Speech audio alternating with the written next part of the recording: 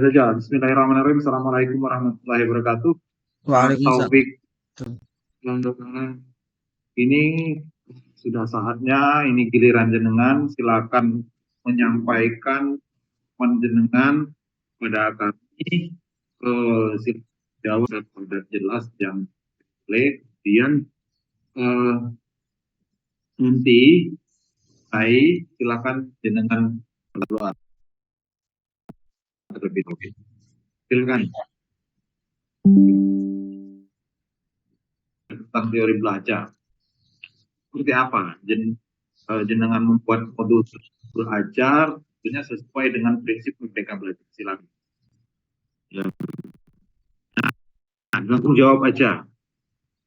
Terima kasih untuk teori pembelajaran yang saya gunakan dengan menggunakan untuk memberi bekal pengetahuan kepada peserta didik itu tidak hanya dilihat dari luar lingkungan tetapi juga dari dalam peserta didik sendiri. Jadi peserta didik diberi kebebasan untuk memilih dan mempelajari lingkungannya untuk mengembangkan pengetahuannya. Jadi intinya teori ini kan mengembangkan dari teori humanistik dan juga teori biorisme. Nah, oke, berikutnya alur tujuan pembelajarannya ATP-nya seperti apa?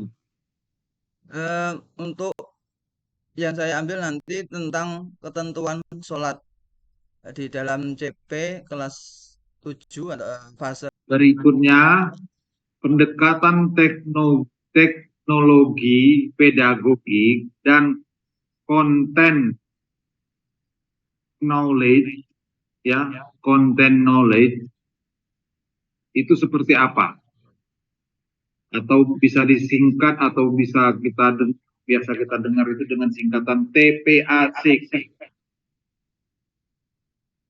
Ya, untuk prakteknya nanti sebagai pemantiknya atau untuk menjadi bahan diskusi nanti akan ditampilkan PPT atau video sehingga nanti para peserta didik bisa mengamati. Setelah itu mereka akan bekerja bersama-sama untuk membahas suatu pembahasan tertentu. Setelah itu dituangkan dalam hasil diskusinya dan dipresentasikan. Kemudian PBL-nya seperti apa? Untuk problem basic learning nanti pengembangannya setelah mereka mengetahui konsep tentang sholat, nanti akan ada pertanyaan-pertanyaan yang tentang permasalahan yang biasa terjadi di dalam keseharian. Kemudian menggunakan metode apa, Pak? Dalam Metode komponen pembelajaran, dalam kooperatif. modul itu. Kooperatif. Kooperatif itu seperti apa? Jadi peserta didik dituntut untuk bekerja sama dalam membahas suatu permasalahan. Intinya nanti untuk didiskusikan. media dan LKPD-nya? Untuk medianya nanti masing-masing peserta didik akan diberikan selembar kertas dan nanti akan dibagi 4 kelompok, paling tidak 4 kelompok. Masing-masing kelompok akan diberikan suatu permasalahan. Nanti hasil dari diskusi peserta didik dituangkan dalam kertas plano, nah itu dipresentasikan di depan kelas.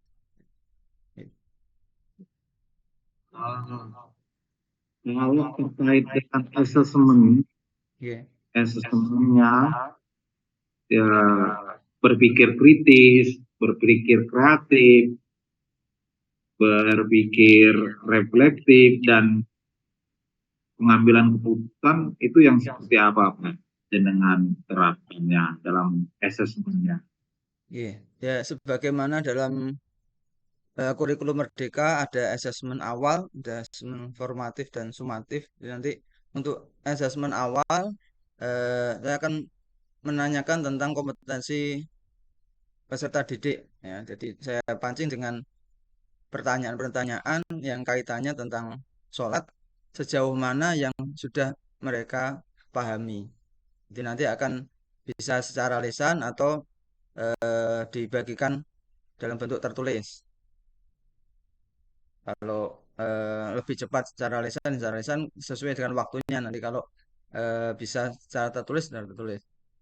Selain asesmen awal, juga ada asesmen formatif. Ya, di tengah-tengah proses pembelajaran juga saya akan mengamati, dan juga ketika dalam proses diskusi ada hal-hal yang perlu saya luruskan, saya perkuat, dan saya tanyakan, nanti itu menjadi salah satu asesmen formatif.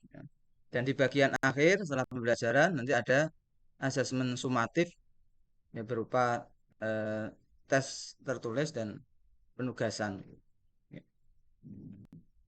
Materi ajar yang muatannya sifatnya adalah terkait dengan keterampilan berpikir tingkat tinggi, itu yang bagaimana, yang seperti apa Pak materi ajarnya?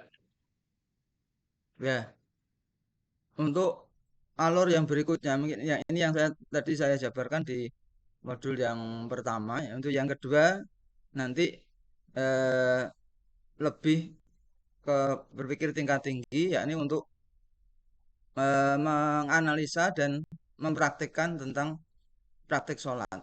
Ya, menganalisa dan mempraktikkan praktik sholat. Mungkin setiap hari mereka sudah, anak peserta didik sudah melakukan sholat, tapi nanti akan di asesmen awal sejauh mana mereka melakukan sholat itu sudah sesuai dengan aturan atau masih ngawur lah istilahnya gitu. Ya, mungkin itu salah satu dari berpikir tingkat tinggi, atau yang di C6, masuk ke C6 ya. Kemudian MP. MP tahu MP Pak? Modul project. Oh ya, modul project ya. Pada modul projectnya seperti apa penyusunan profilnya Pak? Untuk modul project untuk di semester ini memilih tema gaya hidup berkelanjutan. Itu topiknya membersihkan lingkungan. Jadi gambaran umumnya nanti di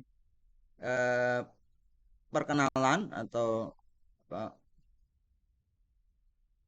alur pengenalan ya, alur pengenalan itu mengajak peserta didik untuk mengenali permasalahan lingkungan, terutama masalah-masalah sampah yang ada di sekeliling.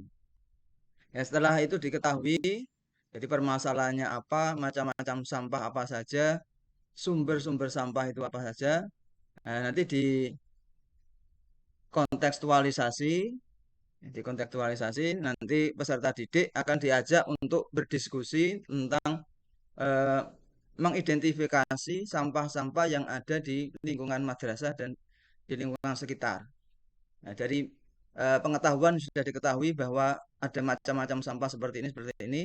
Nanti selanjutnya peserta didik ditugaskan untuk mengidentifikasi yang ada di madrasah dan lingkungan sekitar ini sampah-sampah seperti apa.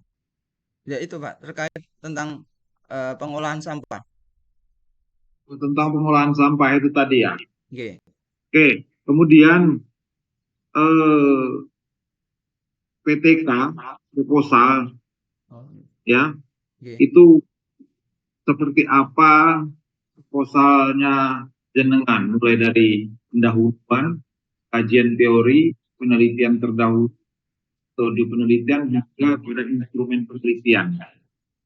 Penelitiannya tentang hasil belajar dari proses pembelajaran fikih materi tentang ketentuan sholat dengan metode partisipatif. Oke, yang berikutnya dilanjutkan.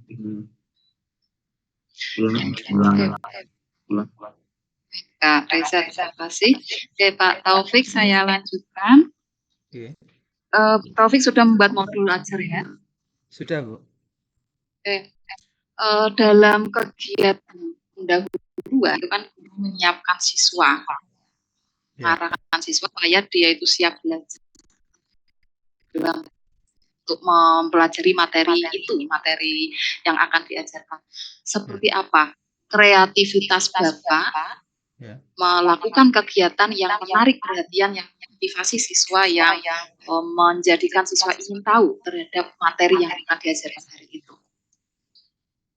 Ya, terima kasih untuk bagian awal setelah mengucap salam, berdoa, dan absen atau kehadiran peserta didik. Saya lanjutkan dengan persepsi. Jadi untuk mengenalkan kepada peserta didik tentang materi yang akan dipelajari, dan tentunya diawali dengan pertanyaan-pertanyaan pemantik. Ya, misalnya kaitannya dengan sholat, itu saya tanyakan, kamu tahu nggak tentang sholat? Nah, kalau kamu pernah lihat orang sholat, itu sholat itu terdiri dari bagian apa saja? Selanjutnya, tadi Bapak sudah menjelaskan terkait kegiatan awal. Nah, sekarang model pembelajaran yang dipakai apa, Pak? Modul pembelajaran. Model. Model pembelajaran kooperatif untuk yang modul ajar yang satu kooperatif, model belajar kooperatif. Model pembelajaran kooperatif itu kan banyak sekali tipenya. Apa yang dipakai? Ya, intinya peserta didik memang ditugaskan untuk bekerja sama dalam membahas suatu permasalahan. Setelah itu hasil dari diskusi dipresentasikan di depan kelas. Membahas permasalahan. Artinya pembelajaran ini kan berbasis masalah. Berarti ini model apa, Pak? Ya, bisa masuk ke PBL. Nanti disesuaikan. Problem based learning. Ya, nanti disesuaikan ya. Based learning. Karena memang yang diminta itu antara problem based learning, project based learning, gitu kan. Nah, kemudian kalau Bapak menggunakan problem based learning berarti sudah tahu langkah-langkah pembelajarannya ya. Oke, langkah pertama apa? Langkah pertama, sebagaimana yang saya tulis dalam modul, saya memberikan gambaran umum, itu nanti bisa berupa PPT atau video, sebagai gambaran umum untuk merangsang peserta didik untuk mencari tahu. Setelah itu saya bagi berapa kelompok, sesuai kalau yang di modul ajar saya dibagi 4 kelompok, masing-masing nanti akan membahas suatu permasalahan. Nah, itu hasil dari diskusi ditulis dalam kertas pano dan dipresentasikan. Tadi modelnya problem based learning. Kalau diartikan apa, Pak? Pembelajaran berdasarkan masalah. Masalah. Pembelajaran berbasis masalah.